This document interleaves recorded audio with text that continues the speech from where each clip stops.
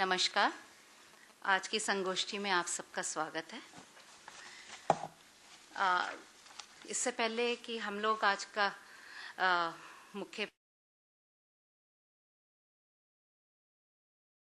मेरे को कहा गया है के लिए, and this is that the Nehru Memorial Museum and Library has published 81 occasional papers under the new series History and Society, Perspectives in Indian Development and Samaj or Itihas series. These are available at a nominal fee of ₹100 each. The papers are also available on their website. And some of the recent publications from this are History and Society series. One of them is K. Satyanarayanan, Politics of Caste and Identity in Contemporary South India. Perspectives in Indian Development, Anuradha Kallan, The Possibility of Stimulating Inclusive Growth. समाज एवं इतिहास series, Narendra Shukla, भारतीय स्वतंत्रता आंदोलन और प्रतिबंधित साहित्य, संयुक्त प्रांत के विशेष संदर्भ में. Then there are couple of seminars coming up in the next month, starting from 1st April. So the first paper would be presented by Dr. N.A. Jacob from Ramjas College. Then on 2nd April, there is a public lecture, and which is Cities in History series by Dr. Neema Kudba. Then 3rd April, there is again a public lecture, and this time it's Science, Society and Nature series by Professor R. Geeta. Then 4th April, there is a seminar by Dr. Samiksha Sherawat, Newcastle University, UK. Then there is a public lecture on Samaj और इतिहास series by Dr. Sadan Jha from Center for Social Studies, Surat. Yet another public lecture on 9th April, which comes under India in Transition series by Professor Nandini Sundar. Then another one on 11th April, again a public lecture. It's India in Transition series. This is by Professor Rita Kothari from IIT Ahmedabad. Then on 15th April, there is a seminar by Professor Velutham Sravanam from Jamia Millia Islamia. That's it. And now we'll begin with today's session. And the topic is दर्शन की शिक्षा और उसकी प्रयोजनीयता. 21वीं शताब्दी जहां एक और तकनीक विकास तथा आर्थिक वैश्वीकरण की शताब्दी के रूप में उजागर हो रही है, वहीं शिक्षा के क्षेत्र में वाणिज्य, बाजार केंद्रित तथा व्यवसाय केंद्रित विषयों को प्रधानता मिल रही है. इसके अलावा जीवन शैली में फेसबुक, व्हाट्सएप तथा ऑनलाइन इंफॉर्मेशन की आभासी तथा वास्तविक व्याप्तता को नकार कर देखना बेहद कठिन है. हमें ये देखना है कि क्या हमें इन सब पहलुओं को नकारना है अथवा ऐसे जीवन दृष्टिकोण को अपनाना है जो इन सब का विश्लेषणात्मक, आलोचनात्मक सर्वेक्षण करने में तथा नीति प्रदान करने की क्षमता रखता हो. क्या आज शिक्षा के क्षेत्र में ऐसे विषय अनुशासन की आवश्यकता नहीं है जो अंतर विषय हो तथा ह्यूमैनिटीज, सोशल साइंसेस, कॉमर्स को एक संगठित विचारधारा प्रदान कर सके तथा उनको एक सार्थक विषय वस्तु बना देने में सक्षमता रख सके? मेरे विचार से दर्शन शास्त्री ऐसा अध्ययन विषय है जो इस सामर्थ्य को एक सार्थक स्वरूप दे सकता है, और मैंने इसलिए शुरू किया है क्योंकि आज की संगोष्ठी के मुख्य वक्ता का यही विषय है. अब प्रश्न ये उठता है कि इस दर्शन शास्त्र का क्या स्वरूप होना चाहिए.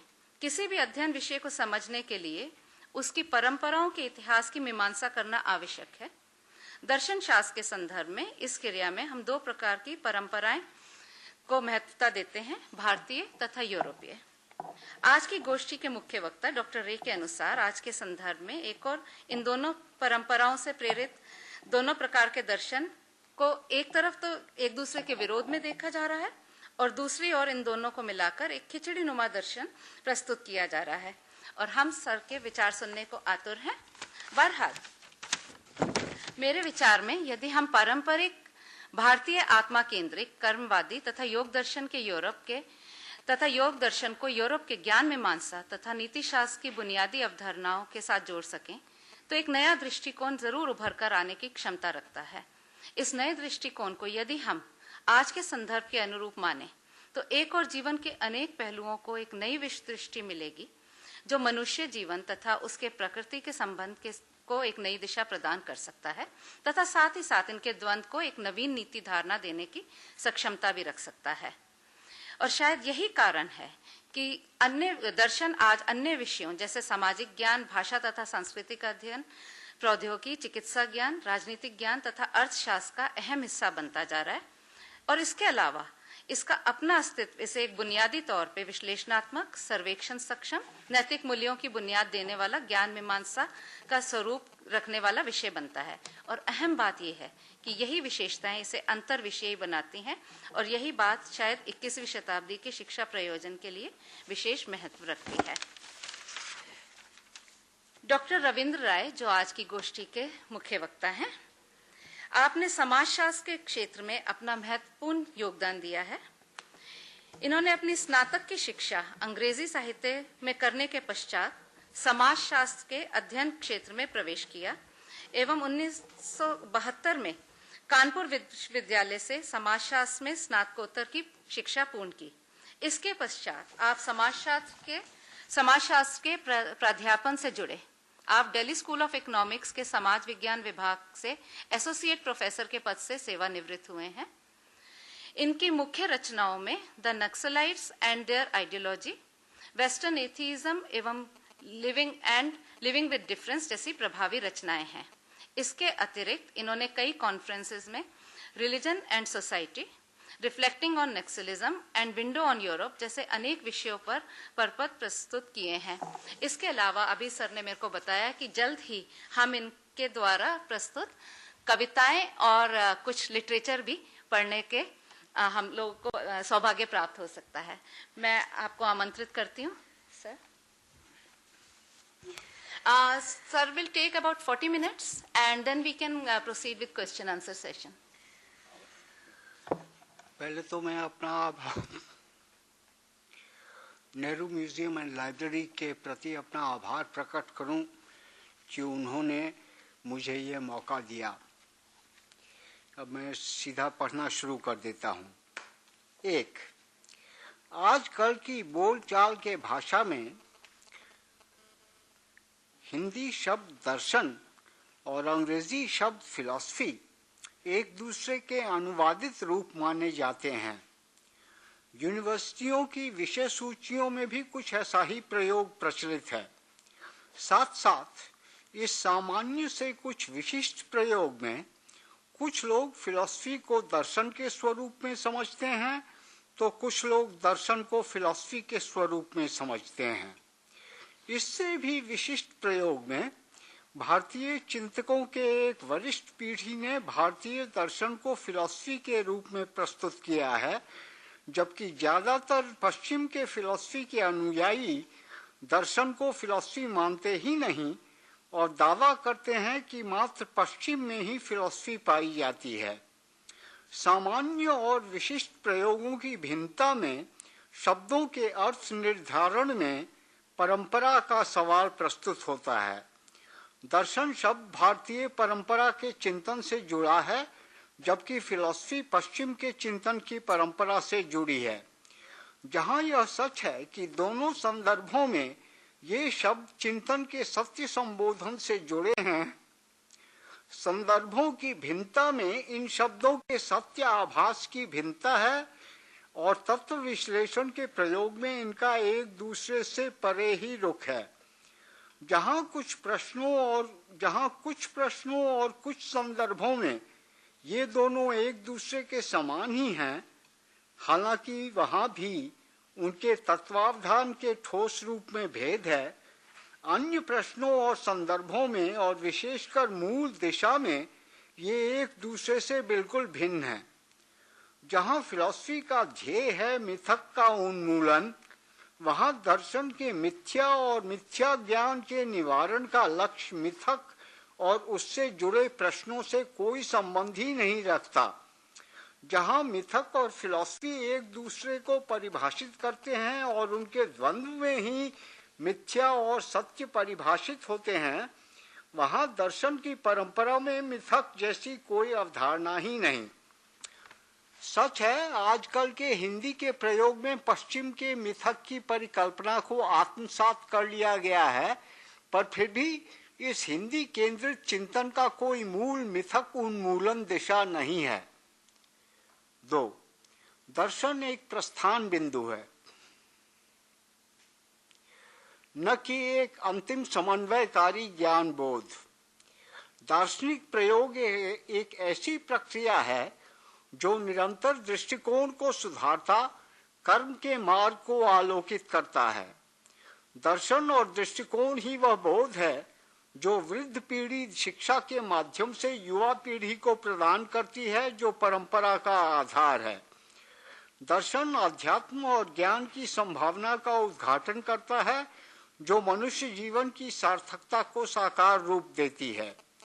दर्शन में जहाँ फिलॉसफी जैसे प्रयोग पाए जाते हैं, वह इनको अपने आप में समेटता मनुष्य जीवन की कुंठा से निवृत्ति का मार्ग प्रशस्त करता है।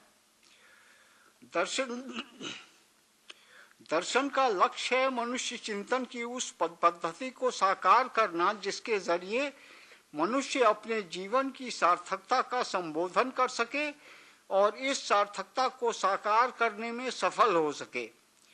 अध्यात्म दर्शन का अभिन्न अंग है जो उसके तत्व ज्ञान का निर्धारण करती है। ज्ञान क्या है, इसको आलोकित करना दर्शन का ध्येय है। जहाँ यह परंपरा प्राचीन काल से चली आ रही है, वहाँ वह आधुनिक अभिव्यक्तियों से रहित नहीं।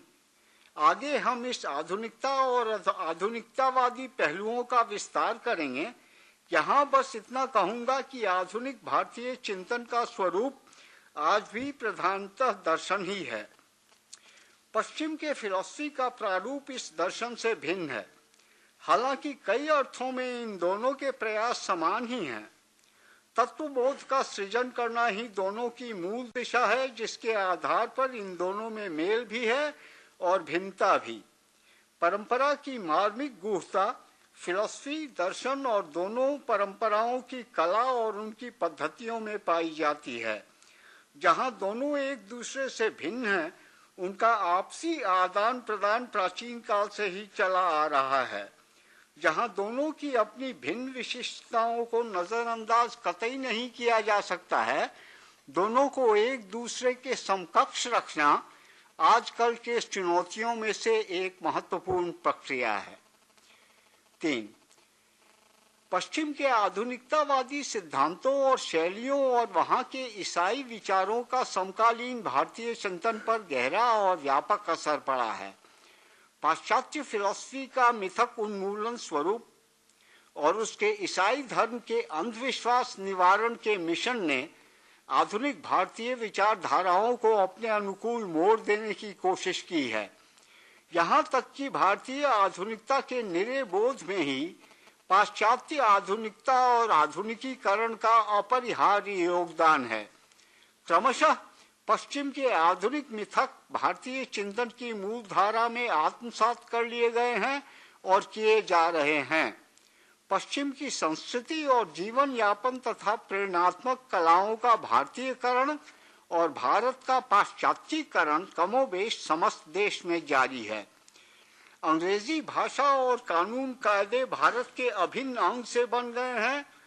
चर्चा और वाद विवाद, चाहे वे वैयक्तिक हों या सामूहिक, पश्चिम के सभ्यता मूलक विचारों के अनुकूल ही किए जाते हैं।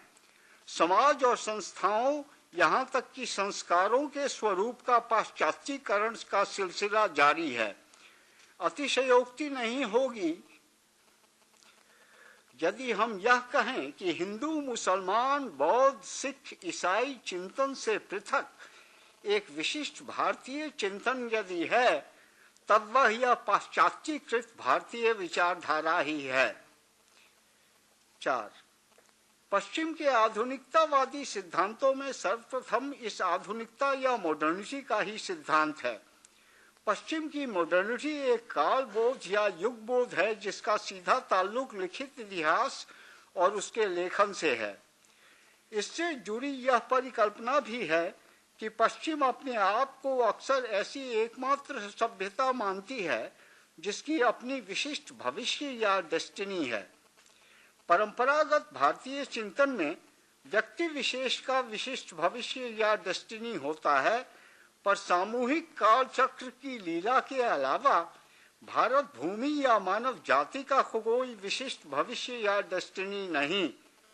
सच है, यहूदी, इस्लाम, ईसाई धर्म समूह में यह विशिष्ट भविष्य या डेस्टिनी की परिकल्पना पाई जाती है, पर उस प्रकार लिखित इतिहास और उसके लेखन से संबद्ध नहीं जिस प्रकार पश्चिम के आधुनिकतावाद का सिद्धांत और उसके विशिष्ट भविष्य या डेस्टिनी का प्रश्न। पश्चिम के लिखित इतिहास का प्रारंभ उनके अपने इतिहास के पाठन में हेरोडोटस से होता है, जो प्राचीन यूनान के इतिहासकार थे। होमर उनसे प्राचीन यूनान के सभ्यता मूलक महाकाव्यों इलियाड और ओडिसी के सबसे वरिष्ठ गायक इतिहासकार नहीं माने जाते हैं। हालांकि पुरातत्ववेत्ताई प्रयोगों में उनमें वर्णित स्थानों और घटनाओं की पुष्टि हुई है। यह इसलिए कि इन महाकाव्यों में तथाकथित मिथक का पुट है, पारलौकिक जीवों और घटनाओं का जिक्र जिनसे पश्चिम के विद्वानों की सहमति मुश्किल है। पाश्चात्य अवधारणाओं के अनुसार उनके सभ्यता मूलक इतिहास चिंतन का आरंभ इसी प्राचीन यूनान से होता है। इतिहास के लेखन में उस समय जो कालबोध था वह कोई विशिष्ट युग बोध नहीं, पर मात्र काल के क्रम का अनावरण था। पश्चिम में ईसाई धर्म का पदार्पण ने कालबोध और युगबोध को जागृत किया।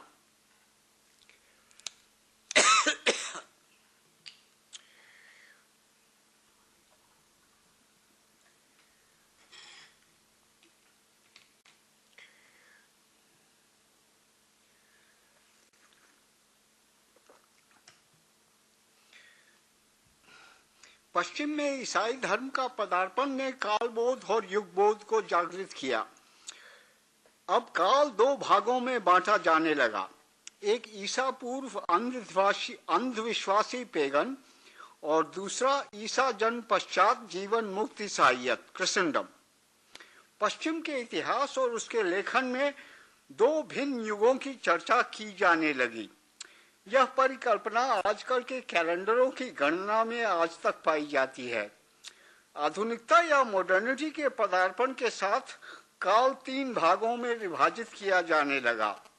आधुनिकतावाद एक करीब मध्यकालीन अंधविश्वासी युग को नकारता एक प्राचीन क्लासिकल युग को आत्मसात करने का प्रयास था। इतिहासकार इतिहास को तीन भागों में बांटने लगे, समकालीन मॉडर्न, मध्यकालीन ईसाई और प्राचीन यूनानी और रोमन सभ्यता। इस लिखित इतिहास के पहले के काल को इतिहास पूर्व माना जाने लगा। आजकल के पाश्चात्य लेखन में पोस्ट मॉडर्न या उत्तर आधुनिक काल का जिक्र किया जाने लगा है, जिसमें समकालीन या और मॉडर्न या आधुनिक में भेद किया जाता है। पोस्ट मॉडर्निटी या उत्तर आधुनिकता के दावे में मॉडर्निटी या आधुनिकता के वैचारिक आधुनिकीकरण के मिशन से अलग हटके उसके पूर्वाग्रह संबंधी विचारों का खंडन करते हुए मेटा थियरी या व्यापक सर्व संबंधी सिद्धांतों के त्याग का प्रयास किया जाता है। पर पोस्ट मॉडर्न या उत्तर आधुनिक दर्जे में वे जो मॉडर्निटी से अलग हटके भी उसकी निर्धारित दिशा में बढ़ना चाहते हैं के साथ साथ वो भी शामिल हैं जिनको पहले से ही आधुनिकता या मॉडर्निटी से तकलीफ है और कोई अन्य दिशा में ही बढ़ना चाहते हैं। 5. हालांकि भारत के आधुनिकतावाद का सिद्धांत पश्चिम के मॉडर्निटी के सिद्धांत से प्रेरित है, भारत में आधुनिकता का पदार्पण इस प्रेरणा और इससे जुड़े विचार तक सीमित नहीं। पश्चिम के मॉडर्निटी का सिद्धांत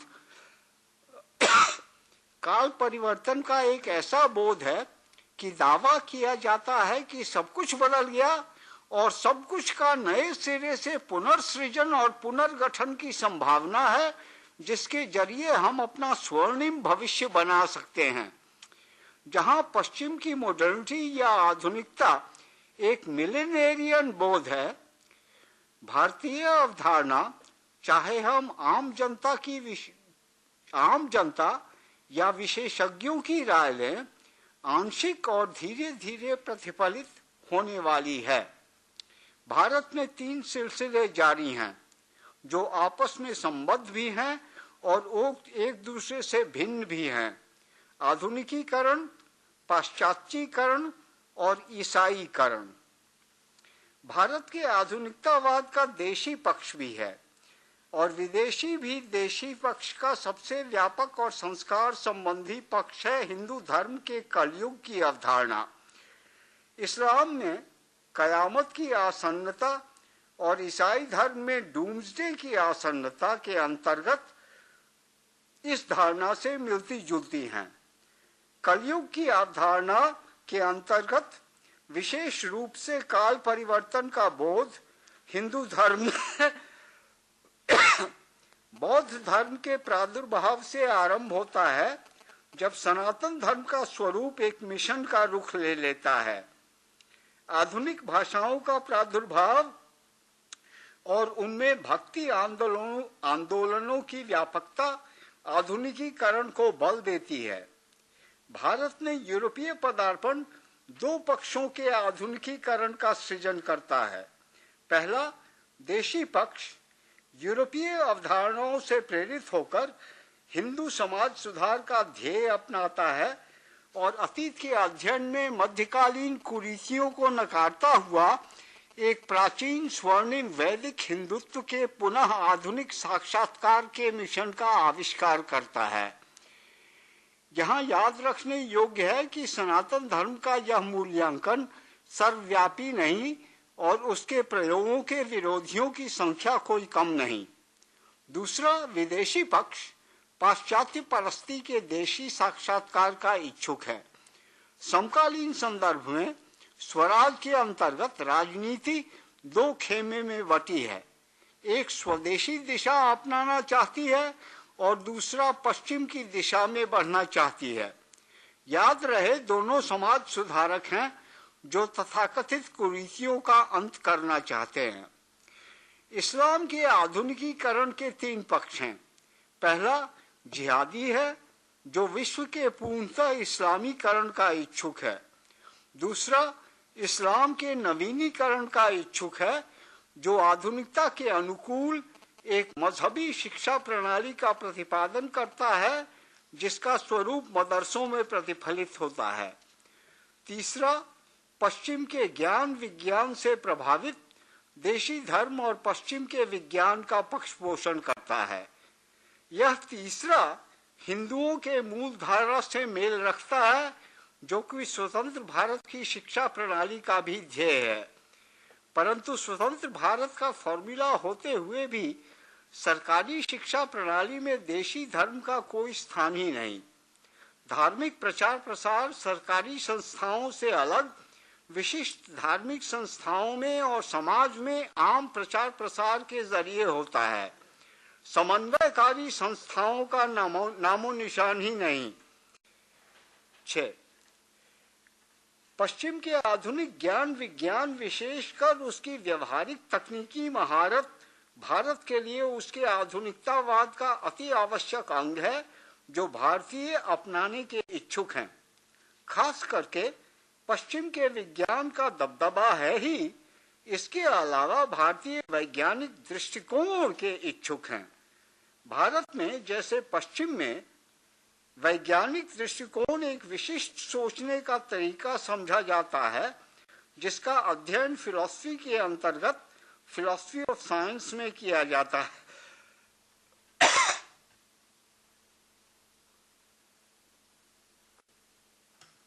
फिलॉसफी ऑफ साइंस में किया जाता है। पर इस वैज्ञानिक दृष्टिकोण के बारे में ठोस रूप से 2 ही विशिष्ट वाक्य संभव हैं। पहला है विज्ञान के शोध का अनीश्वरवादी सिद्धांत। वह यह कि पाश्चात्य फिलॉसफी के मिथक उन्मूलन स्वरूप के अनुकूल वैज्ञानिक तर्क और शोध में ईश्वर या पारलौकिक तथ्य वर्जित हैं। इनका अलग से अध्ययन और इन पर शोध संभव है, पर वैज्ञानिक व्याख्यान में ये व्याख्यात्मक कारण के रूप में प्रस्तुत नहीं किए जा सकते हैं।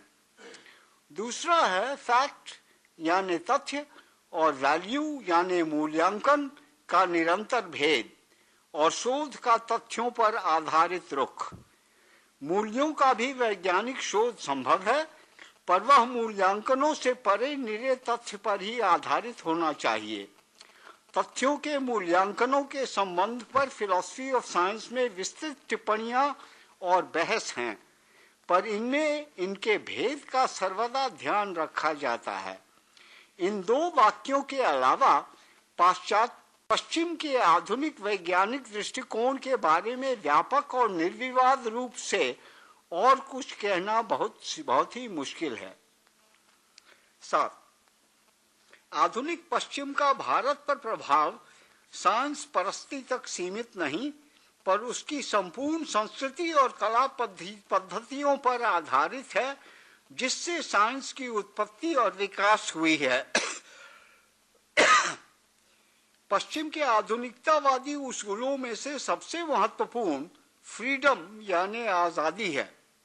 फ्रीडम एक अंदरूनी आभास है जिसका दायरा सामाजिक और राजनीतिक है। वह एक शक्तिशाली और विस्फोटक आकांक्षा है जिसके अनुकूल ही और जिसको साकार करने के प्रयासों में समकालीन पाश्चात्य संस्कृति और कलाओं का साक्षात्कार होता है। मुक्ति की यह परिकल्पना वास्तविकता की एक वस्तुनिष्ठ परिभाषा पर आधारित है, जबकि उसका तत्वबोध या मेटाफिजिक्स इस वस्तुनिष्ठता तक सीमित नहीं।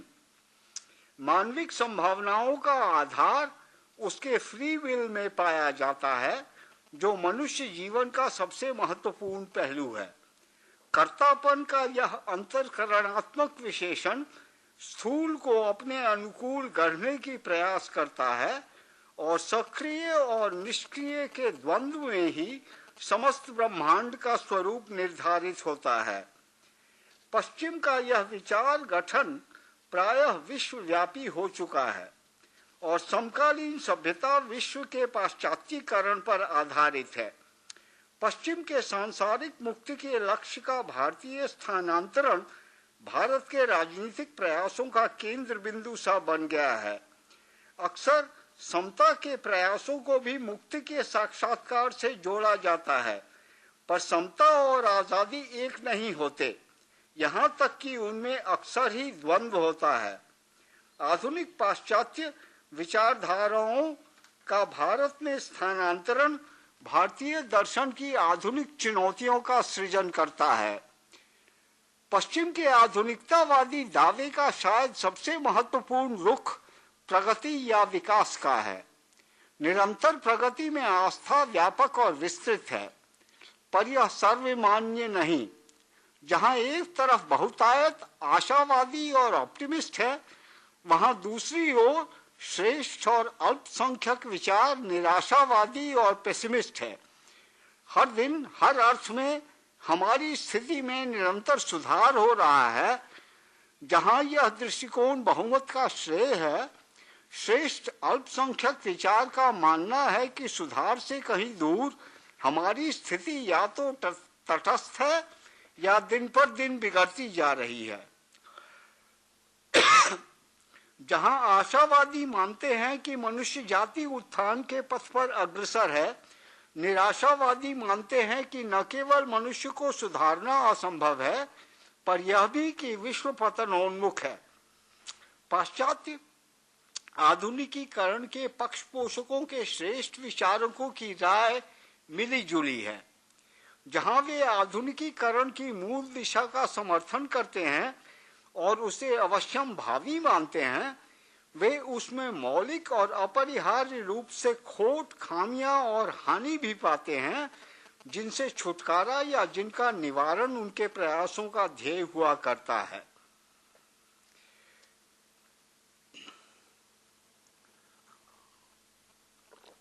आठ, भारत में दर्शन की शिक्षा के दो स्रोत हैं। एक तो यूनिवर्सिटियों के फिलॉसफी डिपार्टमेंटों में पाई जाती है, जहां मूल रूप से पाश्चात्य फिलॉसफी का ही अध्ययन हुआ करता है। इस फिलॉसफी का अध्ययन कमोबेश सभी आर्ट्स और सोशल साइंस के विभागों में यथा प्रयोजन किया जाता है। सभी आर्ट्स और सोशल साइंस के कोर्स पाश्चात्यकृत हैं, चाहे उनकी शिक्षा अंग्रेजी या हिंदी या अन्य किसी भाषा या कई एक भाषाओं की खिचड़ी में ही क्यों न की जाती हो। यहाँ पाश्चात्य परंपरा के अध्ययन को पाश्चात्य दृष्टिकोण के रूप में नहीं किया जाता है, पर उसे एक मानव व्यापी विज्ञान समझकर किया जाता है। मेरा अर्थ यह नहीं कि उनमें भारतीय लेखकों का स्थान नहीं, पर इन विषयों का संपूर्ण स्वरूप और चिंतन प्रणाली पश्चिम के संपूर्ण मानव व्यापी विज्ञान के दावे को बल देता है। यदि भारतीय परंपरा का कोई स्थान है तो वह एकमात्र ऐतिहासिक महत्व रखता है। सच है, फिलॉसफी के कोर्सों में भारतीय दृष्टिकोण भी पढ़ाए जाते हैं, पर वे मात्र एक विशिष्ट दृष्टिकोण के रूप में पढ़ाए जाते हैं। संपूर्ण बौद्धिक और सांस्कृतिक विचार शैली का पाश्चात्यकरण हुआ है और यूनिवर्सिटियों और शिक्षा संस्थानों में पश्चिम के भारतीयकरण का सिलसिला ही जारी है। अपने आप में यह आश्चर्यजनक नहीं, क्योंकि गणतंत्र की संपूर्ण अवधारणा ही और उसकी मूल दिशा ही भारत के पाश्चात्यकरण का पक्षपाती है। क्योंकि यह पाश्चात्यकरण भारत की अपनी परंपराओं से अलग रहकर नहीं हो सकता, गणतंत्र के मूलतः पाश्चात्य रुख का भारतीयकरण हुआ है। और यह परिस्थिति भारत तक सीमित नहीं, पर प्रायः संपूर्ण विश्व का ऐसा पाश्चात्यकरण हुआ है जिसमें पश्चिम सार्वभौमिक मापदंड है और अन्य देश और इलाके उसके विशिष्ट परिवर्तित स्वरूप। आश्चर्यजनक तो शायद यह भी नहीं कि पाश्चात्यकरण होते हुए भी एक विशिष्ट भारतीय विचारधारा का सृजन हुआ है। यह भारतीय विचारधारा किसी एक ही आवाज या किसी एक ही भाषा में नहीं बोलती। विचारों का एक कोलाहल सा मचा हुआ है, जिसमें विविधता होते हुए भी एक भारतीयता सी पहचानी जा सकती है। आधुनिक भारत के विचार शैलियों का यह समूह फिलॉसफी या दर्शन की भाषा में भले ही न बोलती हो, उसके फिलोसॉफिकल और दार्शनिक मूल तो हैं ही, उसका स्वरूप दर्शन के अनुकूल ही है, न कि पश्चिम के फिलॉसफी के। फिलॉसफी और दर्शन के यूनिवर्सिटी के कोर्सों में ये विचार या ये विचारधाराएं भले ही नहीं पढ़ाई जाती हों, इन कोर्सों में जो भी पढ़ाई जाती है उसको आलोकित करने का ढर्रा इन्हीं विचारों और विचारधाराओं की शब्दावली और पूर्वाग्रहों में जड़ी हुई होती है। ये भारतीय विचार और विचारधाराएं समस्त भारत के बोलचाल के जीवंत दार्शनिक आधार हुआ करते हैं। यूनिवर्सिटियों से अलग आम समाज में और धार्मिक संस्थानों में भी दर्शन की शिक्षा प्रदान की जाती है। बोलचाल की भाषा और भारतीय व्यवहार प्रणाली के परंपरागत पक्षों से ज्यादा मेल रखते हुए इस शिक्षा का ध्येय हुआ करता है यथासंभव परिवर्तित परिस्थिति में परंपरागत विचार और विचार शैली को बनाए रखना। परंपरा का पक्षधर होने के नाते ये आधुनिक जीवन से जरा हटकर ही चलते हैं और आधुनिक विचारों और विचारधाराओं से जैसे इनका कोई संबंध ही नहीं। सच है, ये आधुनिक जीवन की समस्याओं से निपटने की कला प्रदान करने का दावा करती हैं और अपने आप को विज्ञान और साइंस के रूप में प्रस्तुत करती हैं, पर साइंस के विचारों और विचार शैली या आधुनिकीकरण से संबंधित समस्त विचारधाराओं से उनका इतना ही संबंध हुआ करता है कि जहां तक ऐसे विचारों से उनकी अवधारणाओं की पुष्टि हो। आधुनिकीकरण के विचारों की चुनौतियों से निपटने या उनको कोई महत्व देने का नामो निशान तक नहीं। यूनिवर्सिटी के शिक्षा प्रणाली में भी एक अल्पसंख्यक परंतु अति महत्वपूर्ण धारा भारतीय दर्शन को प्राथमिकता देने के पक्ष में है। इसके सबसे प्रभावशाली अनुयायियों का लक्ष्य स्वराज हुआ करता है, जबकि स्वराज को वे पाश्चात्य परस्ती और पश्चिम के प्रभाव से मुक्ति के रूप में परिभाषित करते हैं। वे गणतंत्र को सही अर्थों में स्वतंत्र नहीं मानते और भारत के समकालीन गुलामी का स्रोत पश्चिम के नकल की मानसिकता में देखते हैं। ये परंपरा को यथासंभव पश्चिम के प्रभाव से मुक्त करना चाहते हैं, हालांकि पाश्चात्य शैली में ही। सच है, इन्होंने आधुनिकीकरण के विचारों और विचारधाराओं की चुनौतियों से निपटने की प्रक्रिया आरंभ कर दी है, पर उस तरह बोलचाल की भाषा और दैनंदिनी व्यवहार से जुड़े हुए नहीं जैसे कि परंपरा के धार्मिक प्रचारक। 9. भारत का पाश्चात्यकृत सामाजिक और राजनीतिक चिंतन विकासवाद और मानववाद के दायरों में ही घूमता है।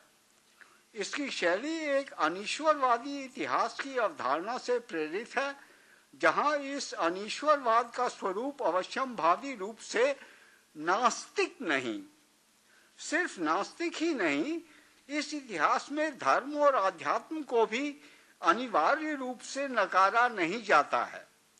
मानवतावाद और विकासवाद मानवीय जीवन के भौतिक प्रयासों की सार्थकता में विश्वास रखते हैं और संपूर्ण मनुष्य जाति के ऐतिहासिक क्रम की एक तत्ववादी परिकल्पना पर आधारित हैं।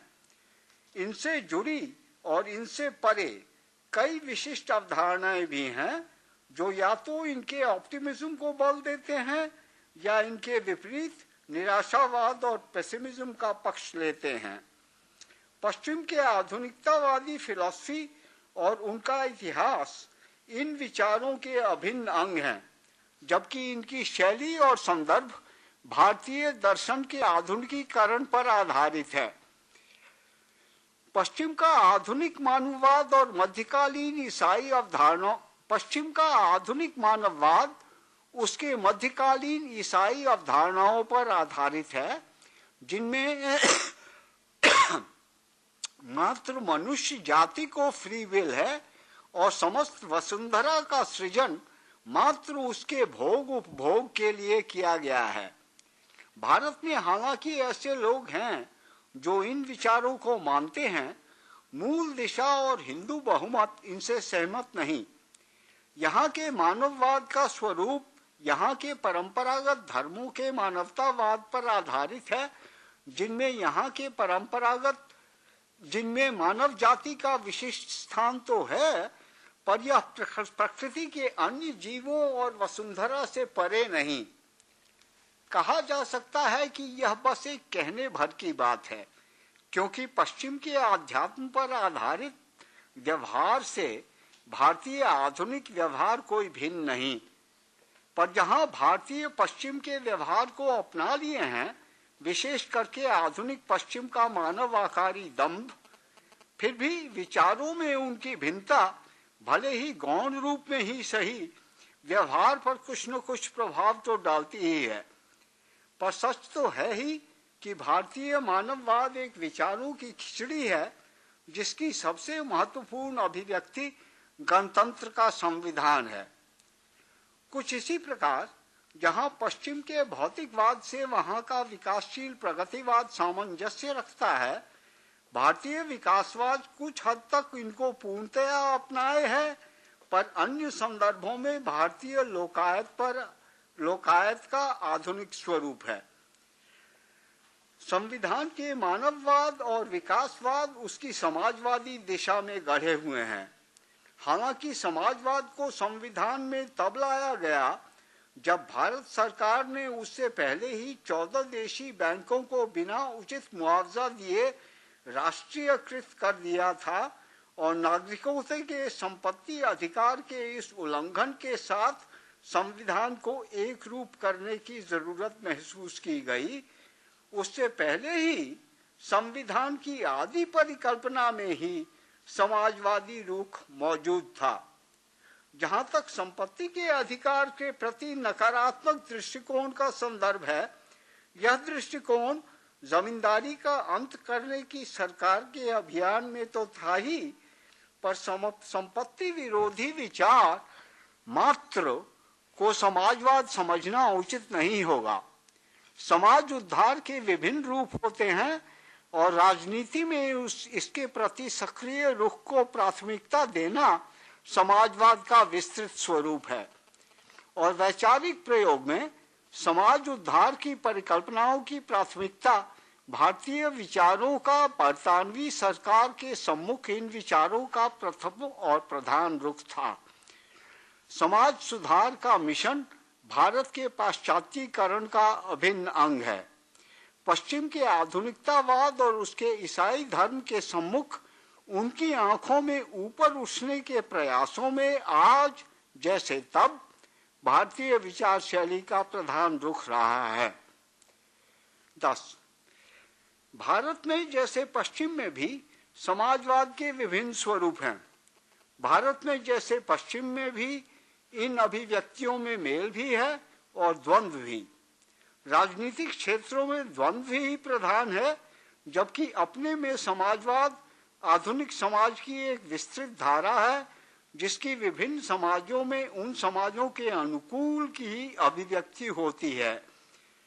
जहां समाजवाद की उपज पश्चिम में ही है, भारतीय और पश्चिम के समाजवाद एक रूप नहीं। भारत की विचारधाराओं में वामपंथ का विशेष दबदबा है, विशेष करके चिंतन से जुड़े कार्यकलापों में। कानूनी तौर पर और आम माहौल में भी व्यक्ति और संपत्ति की समाज और शासन व्यवस्था की ज्यादतियों से रक्षा के साधन अति सीमित हैं। वामपंथ से जुड़े क्रांतिकारी विचारों का बुद्धिजीवियों पर गहरा प्रभाव है और क्रांति के सिद्धांत के विभिन्न रूपों का बहुत ही सम्मानित स्थान है। पर इन विचारों पर विभिन्न पक्षों का आपस में चर्चा और बहस का घोर अभाव है। जहां पश्चिम में समाजवाद और समाजवादी परिकल्पनाओं से जुड़े उसूलों और सिद्धांतों पर विस्तृत चर्चा और बहस है, भारत की समाजवादी धारा की उपलब्धियां मात्र व्यवहार तक सीमित हैं। समाजवाद पर विवेचना भारत में प्रायः है ही नहीं और समाजवाद से जुड़ी चुनौतियों पर कोई चिंतन ही नहीं होता। यूनिवर्सिटियों में भी जहां वामपंथी दबदबा विशेष है, इस वामपंथ का स्वरूप एक्टिविज्म से जुड़ा है, न कि बहस और चर्चा से। भारत में इस प्रकार वामपंथ के हावी होने की जड़ें स्वतंत्रता संग्राम से चली आ रही हैं, जहां वामपंथ और उसका एक्टिविस्ट स्वरूप दोनों ही उत्पन्न हुए। कहा जा सकता है कि जहां वामपंथ का चिंतन पर गहरा और व्यापक प्रभाव है, उसका चिंतन मात्र में अभिव्यक्ति, अचर्चित उसूलों पर सहमति और वामपंथ का अपना और अपनों की सुरक्षा पर आधारित है। जैसे वामपंथ वैसे ही दक्षिणपंथी विचारों की भी कोई विस्तृत विवेचना नहीं और विचारों के इस मौन में ही व्यवहारिक एक्टिविस्टों की होड़ भारतीय राजनीति का स्वरूप है। और सच कहा जाए तो भारतीय संविधान की उपज और स्वरूप भी कुछ इसी प्रकार के हैं। जैसे विज्ञान में वैसे राजनीति में भी उसूली चिंतन पश्चिम में की जाती है, जबकि व्यवहार में उसूली चिंतन का कार्यान्वयन और उसमें उसूलों का परिवर्तन, जिसका अक्सर उसूली चिंतन से कहीं भिन्न स्वरूप प्रस्तुत हो जाता है, भारतीय पक्ष का योगदान हुआ करता है। कुछ ही बुद्धिजीवियों के लिए वामपंथ और दक्षिणपंथ मेटाफिजिक्स और आध्यात्म के सवाल का रूप लेती हैं। तत्वबोध की चर्चा का स्वरूप इनसे कहीं और ही हुआ करता है। पर विचारधाराओं की शैली जो आधुनिक भारत के पाश्चात्यीकृत विचारों की अभिव्यक्ति हैं, इन्हीं वामपंथियों और दक्षिणपंथियों में पाई जाती है। ऐसा प्रतीत होता है कि भारत का आधुनिकतावाद मात्र एक खेल तक सीमित है, जहां की असली और गंभीर प्रश्नों की विवेचना इससे परे कहीं और ही वास करती है।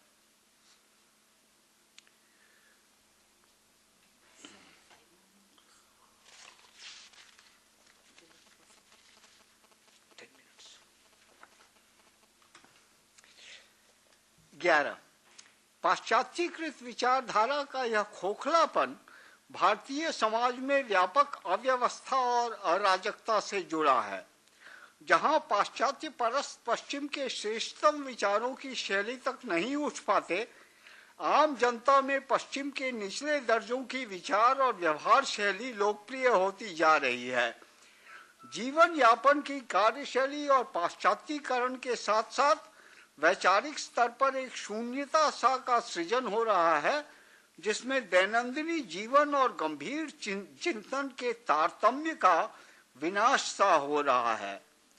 त्रिशंकु की तरह लोगों के बीच लटके पाश्चात्यकृत भारतीय समाज के व्यवहार और विचार न तो गंभीरता अपना सकते हैं और न ही उसको पूर्णतया नकार सकते। गंभीरता को वे निजी मामलों के कारागार में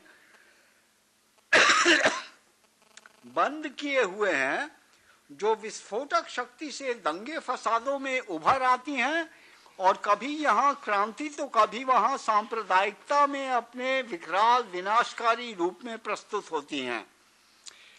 पाश्चात्यकृत समाज में आध्यात्म और मेटाफिजिक्स के प्रति नकारात्मक रुख 20वीं शताब्दी के पश्चिम के फिलॉसफी के प्रधान रुख के अनुकूल व्यापक नहीं तो एक महत्वपूर्ण स्थान अवश्य पाता है, पर बहुतायत एक द्वंद्व में ही विचरण करते हैं, जो संदर्भ पर आधारित उनके दृष्टिकोण का निर्धारण करता है।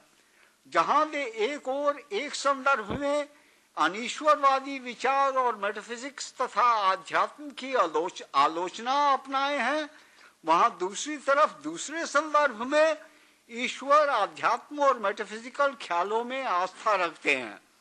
सच पूछिए तो स्वयं पश्चिम का भी यही हाल है, जो न कि मेटाफिजिक्स को पूर्णतया अपना सकता है और न ही उसका पूर्णतः खंडन और त्याग कर पाता है।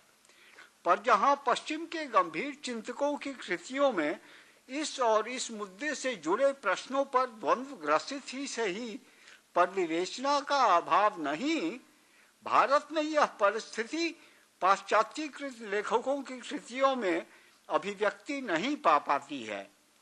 तब भी चर्चा और वाद विवाद में यह भारत के पाश्चात्यकृत चिंतकों के ख्यालों का एक महत्वपूर्ण अंश तो है ही।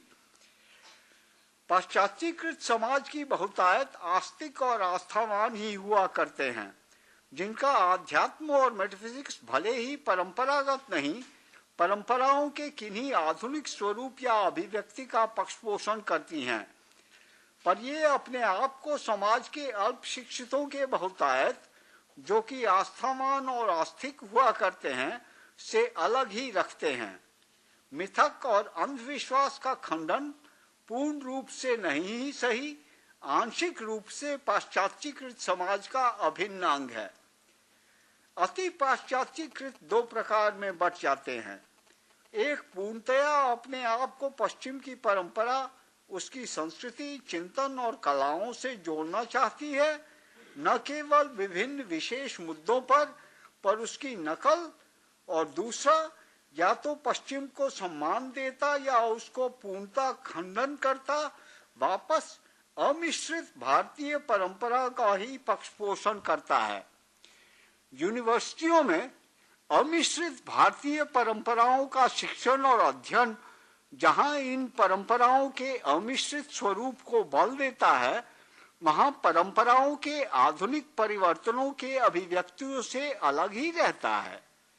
देश के बहुमत और बहुसंख्यक की चिंता प्रणाली इन्हीं आधुनिक परिवर्तनों की अभिव्यक्तियों में आस्था और विश्वास रखता है, और सच पूछिए तो कई शिक्षित भी पर यूनिवर्सिटियों में इन ख्यालों को निजी मामलों की खोली में रखकर अदृश्य सा बना दिया जाता है। 12. यूनिवर्सिटियों के कारोबार आम जनता के व्यवहार से कुछ अलग ही हुआ करते हैं।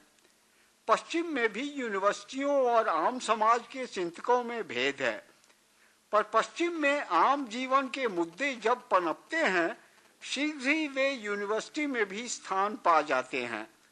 भारत में तो यूनिवर्सिटी के चिंतन और आम समाज के रुचियों के बीच एक गहरी खाई सी है।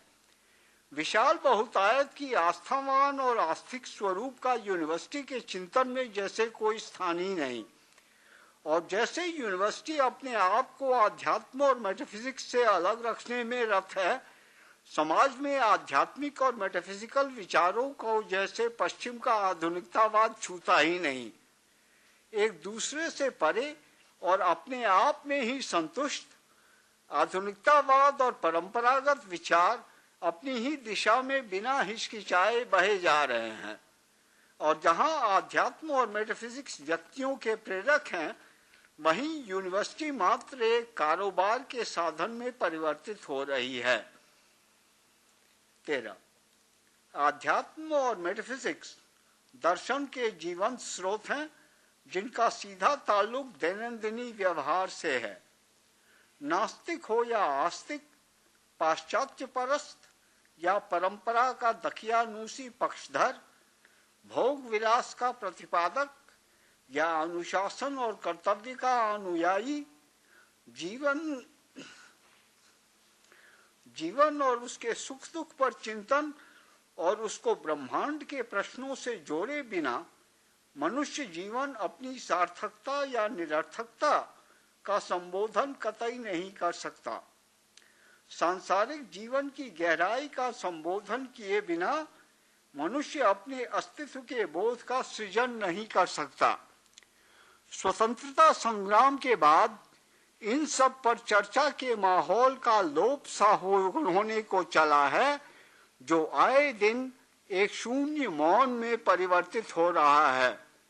आवश्यक है कि हम अपनी आध्यात्मिक और मेटाफिजिकल परिस्थिति पर चिंतन मनन करें और जिस जटिल मोड़ पर खड़े हैं उस पर वाद विवाद का सिलसिला पुनः आरंभ करें।